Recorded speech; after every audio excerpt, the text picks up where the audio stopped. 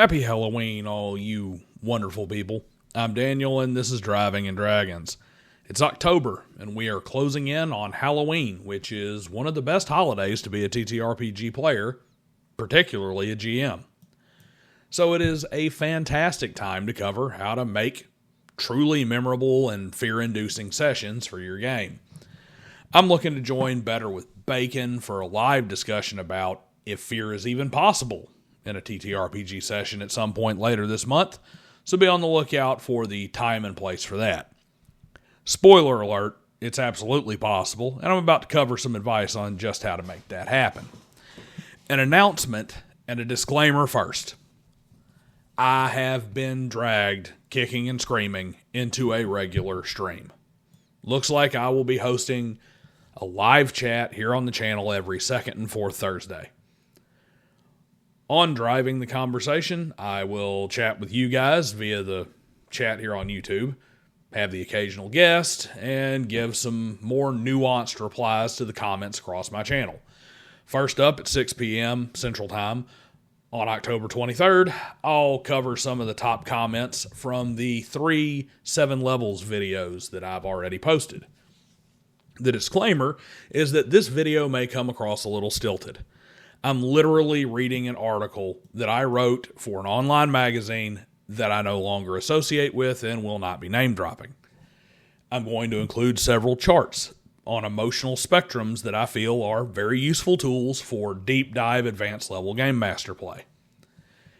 I'll see if I can overcome my Luddite tendencies and link them in the description, but I'll also post them over on my Patreon. Speaking of, share, subscribe, hype, comment, all the good stuff. And please consider joining my fantastic supporters over on Patreon, grabbing a channel membership, or dropping a super thanks to help support my efforts to give cool cars and better games to people who share their time with me here on YouTube. So, on with the show. Here's rules for writing Halloween horror. The witching hour draws near as the eve of All Hallows falls upon the gaming world, and that means just two things.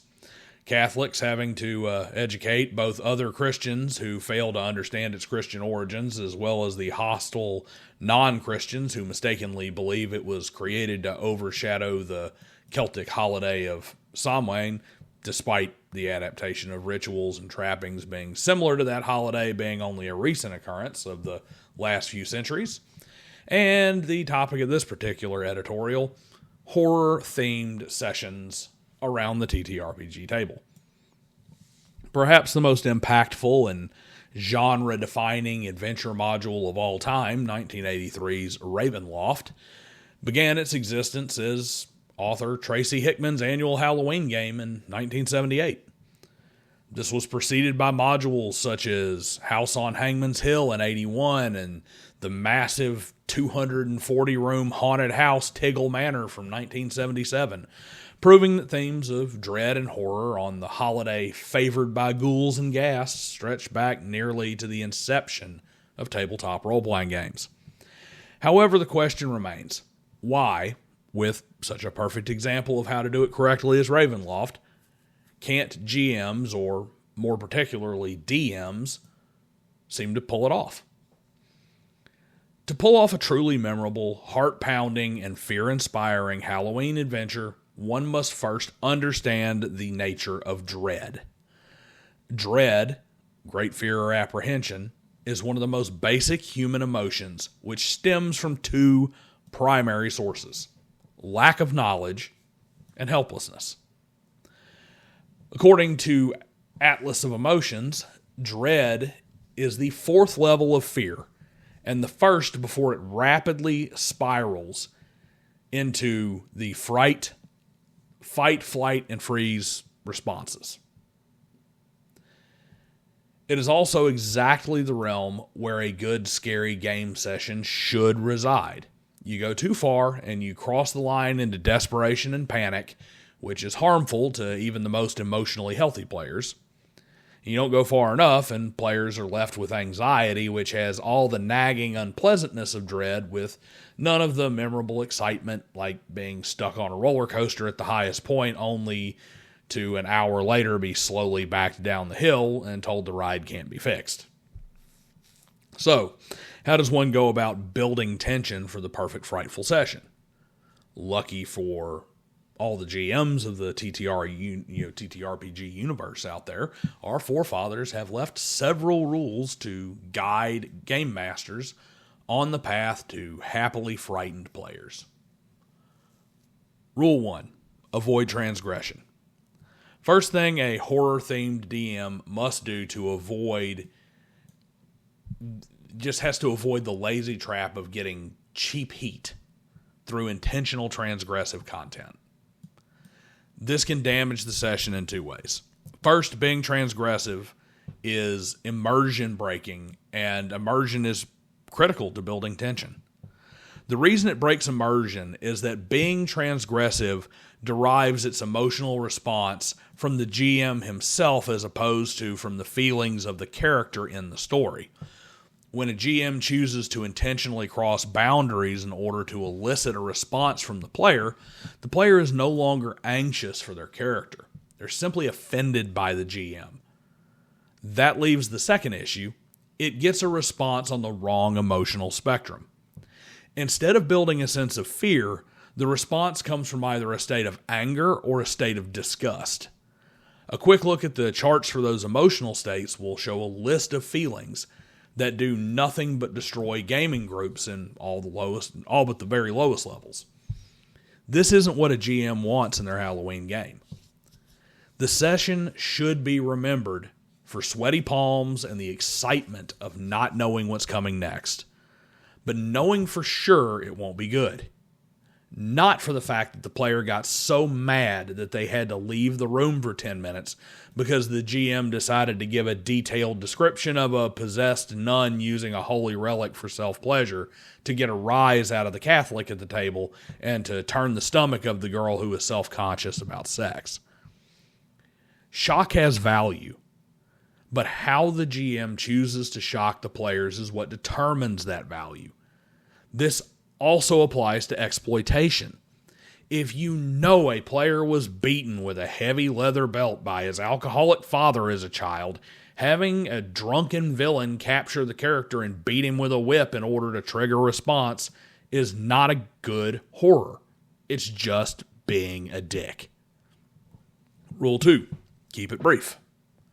There are 7 reasons why Ravenloft was designed to be played in a single session. It's the same reason the majority of Call of Cthulhu, Cult Divinity Lost, and Delta Green modules are designed to be easily finished in a single session. Dread requires immersion, and tension has to build. Any player who maintains the feeling of anxiety about a game from one session to the next likely needs to seek professional help.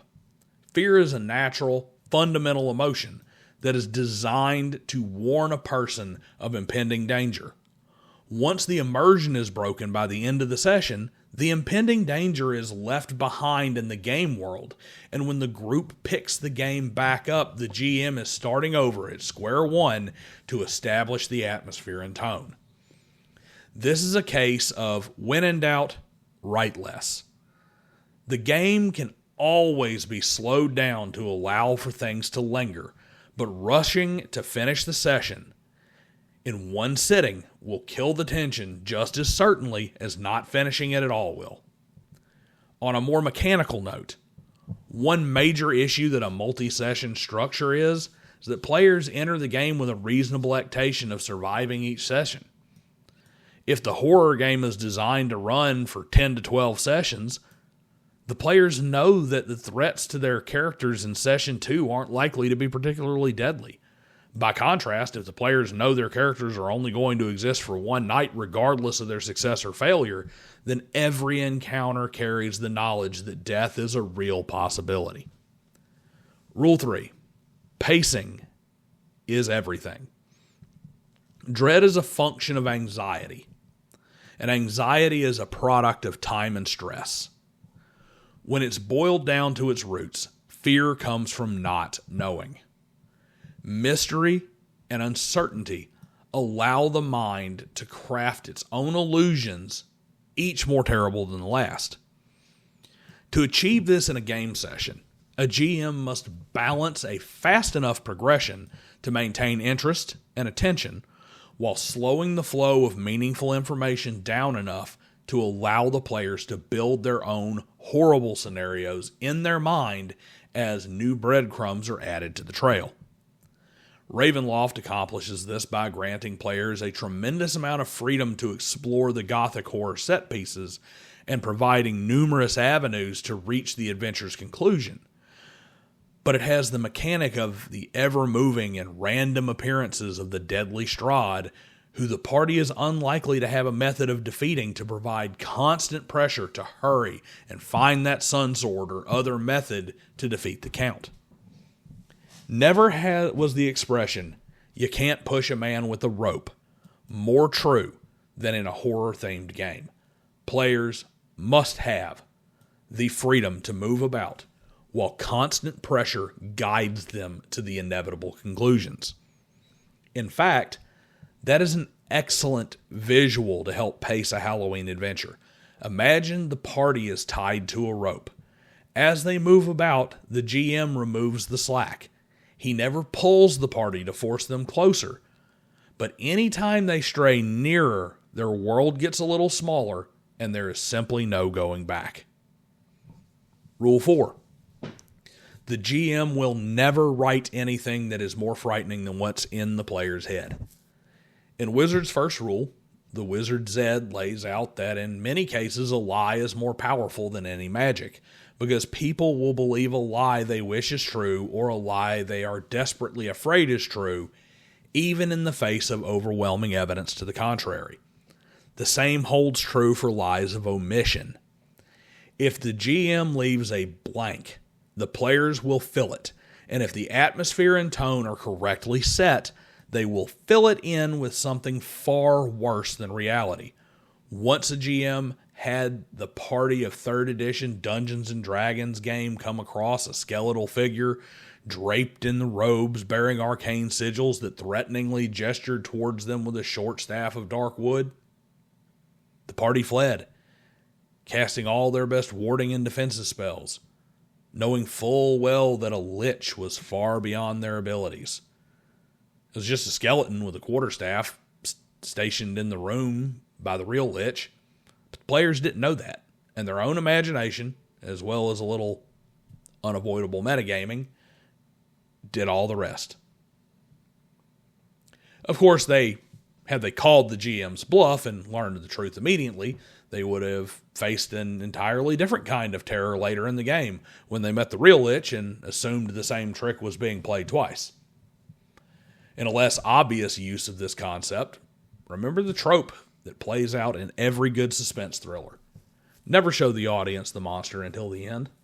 Showing the PCs a claw mark on the wall here and the spiked tip of a tail disappearing around the corner there will always build more tension than describing the stalking monster in its full terrible glory. Rule 5. Split the party, cut the scene. A big part of anxiety is a feeling of isolation. When a player feels cut off from the security of their friends, every threat feels more real, and every danger more deadly. Use teleport traps or doors that slam shut to separate the party and force them to go in different directions. Set time limits that mean 2 things in different areas must be accomplished simultaneously. Create situations where one character must be in a different location when another character throws a switch.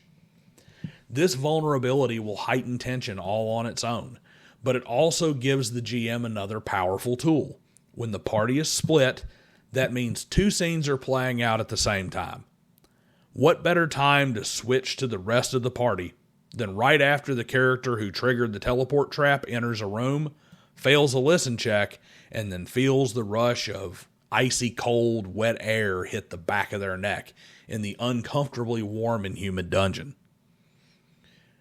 When better to return to the party member rushing back to town to get an artifact from the local cleric necessary to defeat the shadow demon the party just identified as a real threat, that after calling for initiative against an unnamed and undescribed opponent for everyone else. When the scene cuts away to the rest of the party and the player whose character is in the basement starts pacing the room or nervously shuffling his dice, everyone will know that the GM hit their mark. Rule 6, vulnerability is everything. The last rule in this no way exhaustive list is, in order for there to be fear, there must be a perception of vulnerability. This is why splitting the party works so well, because the player feels vulnerable without the supporting roles of the other characters. Accomplishing this is easier in some games than others. After all, when a D&D character is walking around with HP in the triple digits and 3 death saves, it provides a sense of security that a Cyberpunk Red player will never feel with his 30 HP and knowledge that a single rifle round does 5d6 damage. But it is still possible in even the most forgiving superheroic games. Use metagame knowledge against the players by showing them creatures the players know are beyond their abilities and the abilities of their characters. Limit resources by making sure that rest and recovery periods can't happen, and environmental conditions or make ranged weapons or special abilities less effective or even impossible. Give the players a threat that they know will eventually overwhelm them, such as a horde of low-level undead who will eventually sweep through and just drown their high-level characters through sheer numbers eventually. A rule of thumb is that the more powerful a character is, the more dread the player feels when they recognize that they can and eventually will fail if the situation doesn't change. Last but not least is the obvious one. Kill the characters. Don't save them. Don't rule of cool them out of a predicament. Don't bend a rule to get them out of a tight spot. If a player's character dies in hour 1 of a 6-hour session, so be it. Let them back in with a new character if it makes sense, and you don't want them to feel left out of the rest of the game. But make sure that it is a demonstrable fact that their characters can and will suffer an unknown and untimely fate. Otherwise, it's all for naught. So happy Halloween, folks. May all your characters perish in gruesome ways that they talk about for years to come. So guys, what do you think about my little essay there? I guess I didn't read it word perfect, but the long and short of it here is that it's the understanding of how these emotional spectrums work that really helps us when it comes to developing really any emotional response, but especially something that is in the fear spectrum, because it has to do with building pressure and tension. And the part that I'll add that's not in this particular essay, and it's something else that is the key point of where I disagree with Bacon when he says that, fear is not possible at the table, is that it completely eliminates the idea of sympathy or empathy, if you will. They're very closely related, and in this case may as well be interchangeable. But basically, empathy is the ability to feel what another feels sympathetically. And sympathy is the ability to recognize and understand the feelings and emotions and reactions of another. You want your players to be immersed in the world to the point that they have an empathetic or a sympathetic reaction to their character. They don't have to have it, feel. This is where that transgression thing comes in. You don't need to deliberately offend the player. But what you do need is to get them into the point where when you offend their character, it has an effect on them.